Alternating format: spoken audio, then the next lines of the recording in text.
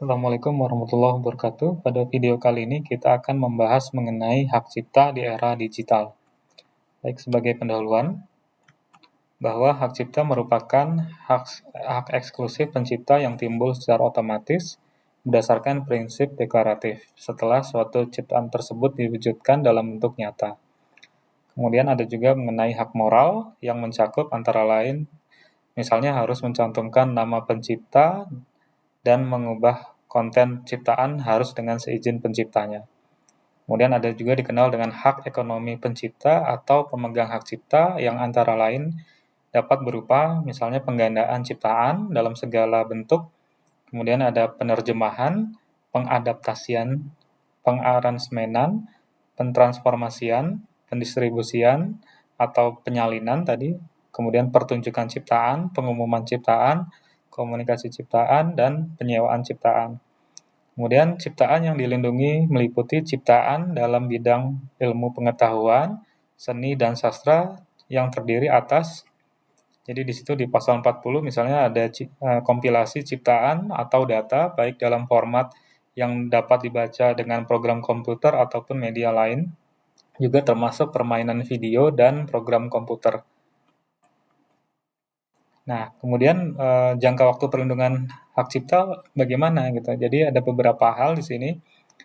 Di undang-undang di situ disebutkan perlindungan hak cipta berlaku seumur hidup pencipta plus 70 tahun setelah meninggal. Kemudian untuk jenis program komputer perlindungannya adalah 50 tahun sejak pertama kali dipublikasikan. Kemudian untuk pelaku pertunjukan di situ 50 tahun sejak pertama kali dipertunjukkan. Kemudian misalnya untuk produser rekaman, di situ 50 tahun sejak ciptaan difiksasikan. Kemudian untuk lembaga penyiaran, hak ciptanya adalah 20 tahun sejak pertama kali acaranya disiarkan. Kemudian regulasi yang terkait hak cipta di situ ada beberapa. Yang utama adalah Undang-Undang Nomor 28 2014 tentang hak cipta. Kemudian juga ada PP 36 2018 tentang pencatatan lisensi kekayaan intelektual yang di dalamnya terdapat hak cipta. Kemudian ada PP 27 2019 tentang fasilitasi akses terhadap ciptaan bagi penyandang disabilitas dalam membaca dan menggunakan huruf braille, kemudian buku audio dan sarana lainnya. Kemudian ada PP 16 2020 tentang pencatatan ciptaan dan produk hak terkait. Kemudian yang terakhir adalah PP 56 2021 tentang pengelolaan royalti hak cipta lagu dan atau musik. Jadi ini regulasi-regulasi yang terkait dengan hak cipta. Nah, di PP yang baru nomor 56 2001 tentang royalti, di situ disebutkan beberapa pokok. Yang pertama, secara garis besar mengatur mengenai royalti penggunaan secara komersil lagu maupun musik. Jadi setiap orang bisa menggunakan lagu dan atau musik dalam bentuk layanan publik yang bersifat komersil, dengan catatan harus membayar royalti kepada pencipta, pemegang hak cipta, dan atau pemilik hak terkait. Kemudian pembayaran dilakukan melalui yang namanya Lembaga Manajemen Kolektif Nasional. Adapun tata cara pengelolaan royalti disebutkan bahwa pengelolaan royalti dilakukan oleh LMKN berdasarkan data yang terintegrasi pada pusat data lagu dan musik. Kemudian pusat data lagu dibuat berdasarkan pencatatan lagu dan atau musik yang dilakukan oleh menteri berdasarkan permohonan. Kemudian di sini penarikan royalti tadi juga dilakukan untuk pencipta, pemegang hak cipta, dan pemilik hak terkait yang belum menjadi anggota LMK. Nah, di PP 56 ini juga bentuk layanan publiknya yang bersifat komersial harus membayar royalti sebagaimana dimaksud. Jadi yang perlu membayar misalnya seminar dan konferensi komersial, kemudian ada restoran, kafe, pub, bar, bistro, klub malam dan diskotik, konser musik, pesawat udara, bus, kereta api, kapal laut, alat transportasi, kemudian ada pameran, bazar, bioskop, nada tunggu, nada dering, ada bank, kantor, pertokoan, pusat rekreasi, lembaga penyiaran televisi, lembaga penyiaran radio, hotel, kamar hotel, dan sebagainya, usaha dan karaoke. Jadi ini adalah layanan publik yang bersifat komersil yang perlu membayar royalti. Jadi ada beberapa. Kemudian ada hak ekonomi. Jadi tadi disebutkan hak ekonomi pelaku pertunjukan, misalnya antara lain berupa pendistribusian atas fiksasi pertunjukan atau salinannya, kemudian ada penyediaan atas fiksasi pertunjukan yang dapat diakses publik. Nah, di sini hak ekonomi produser rekaman, misalnya juga antara lain penyediaan atas fonogram dengan atau tanpa kabel yang dapat diakses publik. Kemudian hak ekonomi lembaga penyiaran antara lain misalnya komunikasi siaran. Jadi hak ekonomi, nah di sini bisa dilihat ya, tadi termasuk ada penggandaan, pengadaptasian, ada pengaransemenan, penyewaan, dan sebagainya. Jadi ada beberapa hal yang terkait dengan hak ekonomi. Nah, kemudian ada 3 pilar sistem hak cipta. Di sini ada regulasi atau peraturan, kemudian ada penegakan hukum, law enforcement, sama manajemen. Jadi di bagian regulasi atau peraturan itu merupakan dukungan pemerintah dalam membuat peraturan yang menjamin hak-hak dari pencipta dalam perlindungan hukum atas karya yang dihasilkan. Kemudian di bagian penegakan hukum itu berupa pelanggaran atas karya cipta harus ditanggulangi dengan penegakan hukum yang efektif dan efisien. Kemudian untuk manajemennya itu dalam pengelolaan hak terkait dengan komersialisasi karya cipta perlu didukung dengan manajemen yang tepat dan profesional. Jadi ada 3 pilar sistem dari hak cipta. Nah, di sini ditunjukkan statistik kategori permohonan hak cipta ya dari 2015 sampai 2020. Jadi memang terlihat yang paling banyak mendominasi itu karya tulis ya, sampai 70%, karya seni 11%, karya lainnya ada 10%, karya audio visual 7%, komposisi musik 2%, karya fotografi sama rekaman 0, sekian persen. Jadi yang paling banyak karya tulis. Nah, di sini lebih spesifik. Jadi yang paling banyak juga ya untuk non karya tulis itu adalah program komputer, di sini ada karya rekaman video, seni motif, lagu juga lumayan banyak 3.400-an, poster, seni gambar, seni batik dan sebagainya. Jadi silakan dilihat di bagian top statistik. Kemudian hak cipta dan perkembangan teknologi. Nah, di sini dewasa ini bahwa kehidupan manusia tidak akan pernah lepas dari arus komunikasi dan informasi, bahkan informasi saat ini telah menjelma menjadi satu kekuatan ya atau satu influencer tersendiri dalam persaingan. Kemudian perkembangan internet itu sendiri sebagai suatu fenomena kemajuan teknologi yang menyebabkan terjadinya percepatan globalisasi dan lompatan besar bagi penyebaran informasi. Kemudian penggunaan internet juga sebagai media informasi multimedia membuat beragam karya digital tadi dapat disebarluaskan.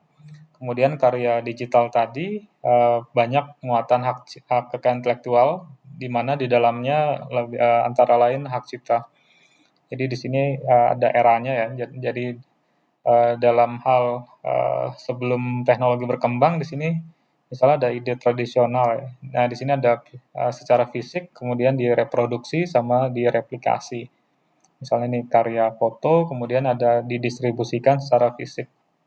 Nah, di era digital di sini yang dihasilkan berupa karya digital, kemudian bisa direproduksi, direplikasi, dan distribusi juga dalam satu skema. Kemudian hak cipta di era digital, bahwa di era ini para pelaku ekonomi di seluruh sektor usaha perlu beradaptasi dengan perubahan aktivitas yang mayoritasnya sudah dapat dilakukan secara digital. Kemudian dengan perkembangan teknologi tadi, ICT, banyak ciptaan seperti lagu, buku maupun film telah bergeser menjadi objek hak cipta yang berbentuk secara digital, tidak fisik lagi. Kemudian penyebarannya dilakukan melalui media internet. Nah, berikut ini contoh beberapa hak cipta yang dalam proses transformasi dari media konvensional ke media digital. Misalnya buku, nah di situ ada dalam bentuk PDF, ada e-book, kemudian ada audiobook. Nah, di sini platformnya bisa Google Playbook, kemudian Amazon, Kindle, dan sebagainya. Kemudian lagu sekarang dalam format streaming ataupun MP3 download. Nah, bisa Spotify, Apple Music, Joox, dan sebagainya. Nah, ini juga aplikasi tadi activation code bisa berupa payable download atau smart city. Nah, jadi di platform aplikasi ini kita nanti bisa misalnya Play Store, Google, kemudian ada Galaxy Store, Apple Store, dan sebagainya. Kemudian untuk film biasanya dulu kita secara fisik ya, CD atau VCD. Nah, sekarang bisa berupa streaming, kemudian menonton online, mendownload. Nah, ini platformnya misalnya Netflix, View dan sebagainya, Disney Plus dan sebagainya. Kemudian di sini ada informasi manajemen hak cipta dan sarana kontrol teknologi. Di situ ada 4. Jadi informasi manajemen hak cipta itu berisi metode atau sistem yang dapat mengidentifikasi orisinalitas, substansi ciptaan dan penciptanya. Kemudian di sini tertuang di pasal 6 dan 7. Kemudian ada sarana kontrol teknologi, bahwa setiap teknologi, perangkat, atau komponen yang dirancang untuk mencegah atau membatasi tindakan yang tidak diizinkan oleh pencipta, pemegang hak cipta, pemilik hak terkait ya. Nah, di situ ada di pasal 52. Kemudian ada sarana kontrol teknologi juga bisa berupa larangan. Jadi setiap orang dilarang merusak gitu ya. Jadi tidak boleh merusak, memusnahkan, menghilangkan, atau membuat tidak berfungsinya sarana kontrol. Nah, di sini ada di pasal 52. Juga bisa berupa sanksi hukum. Nah, di situ ada sanksi pidana terhadap pelanggaran ya, berupa denda atau kurungan penjara. Jadi di sini ada informasi dan manajemen ciptaan. Kemudian ada pelindungan database dan program komputer. Nah, di situ database dan program komputer sendiri di pasal 40 Undang-Undang Hak Cipta. Nah, yang dimaksud dengan basis data adalah kompilasi data dalam bentuk apapun yang dapat dibaca oleh komputer atau kompilasi dalam bentuk lain, yang karena alasan kepemilikan atau pengaturan atas isi data merupakan kreasi intelektual. Jadi perlindungan terhadap basis data atau database diberikan dengan tidak mengurangi hak para pencipta atas ciptaan yang dimasukkan dalam basis data tersebut. Nah, program komputer yang dimaksud adalah perangkat instruksi yang diekspresikan dalam bentuk bahasa, kode, skema, atau dalam bentuk apapun yang ditujukan agar komputer bekerja melakukan fungsi tertentu ya, atau mencapai hasil tertentu. Jadi di undang-undang yang baru itu sudah ada pelindungan terhadap database dan program komputer. Kemudian ada LMK namanya Lembaga Manajemen Kolektif. Nah, di situ pencipta atau pemegang hak cipta atas ciptaan atau pemilik hak terkait atas produk hak terkait memiliki hak untuk mendapat imbalan dari hasil penggunaan ciptaan atau produk hak terkait untuk kepentingan yang bersifat komersial. Kemudian pengelolaan hak tersebut dilakukan oleh sebuah lembaga namanya Lembaga Manajemen Kolektif LMK, atau disebut dalam bahasa Inggrisnya adalah Collective Management Organization CMO. Jadi LMK tadi adalah organisasi yang mengelola hak ekonomi atas suatu ciptaan atau produk hak terkait untuk mewakili dan atas nama pemegang hak. Kemudian keberadaan LMK tadi sangat membantu pencipta, pemegang hak cipta, atau pemegang hak terkait dalam mendapatkan keuntungan atas komersialisasi karya atau karya produk hak terkait lainnya. Nah, ini jenis hak yang dikelola oleh lembaga manajemen kolektif. Ada hak pertunjukan musik. Di situ musik yang dimainkan atau dijalankan di diskotik, restoran, atau tempat umum lainnya. Kemudian ada hak penyiaran berupa pertunjukan live atau rekaman radio serta televisi. Kemudian ada hak reproduksi, baik berupa mekanikal dalam karya musik, reproduksi karya dalam bisa berupa CD, DVD, kaset, atau bentuk lainnya. Kemudian hak pertunjukan drama berupa karya drama atau dramatis. Kemudian hak pengendaan berupa reprografi, karya sastra dan musik. Kemudian hak terkait, hak artis dan produser rekaman suara untuk memperoleh remunerasi penyiaran.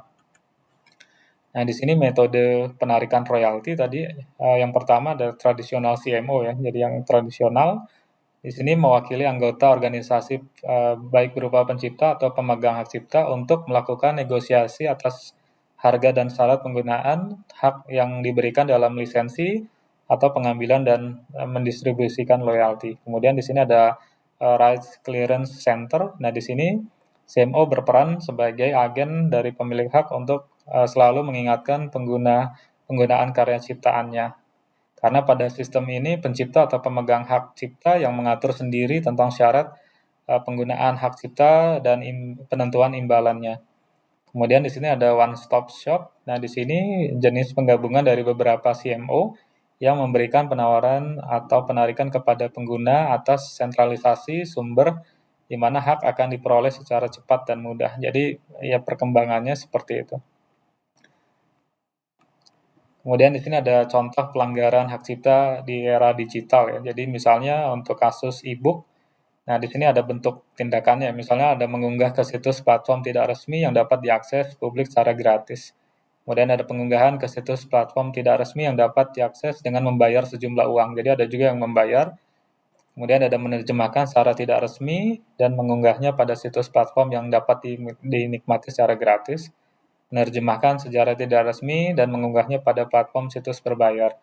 Nah, ini hak yang dilanggar ya. Ada hak ekonomi, pengumuman, kemudian ada pengumuman dan komersialisasi, ada penerjemahan, kemudian ada distorsi dan modifikasi.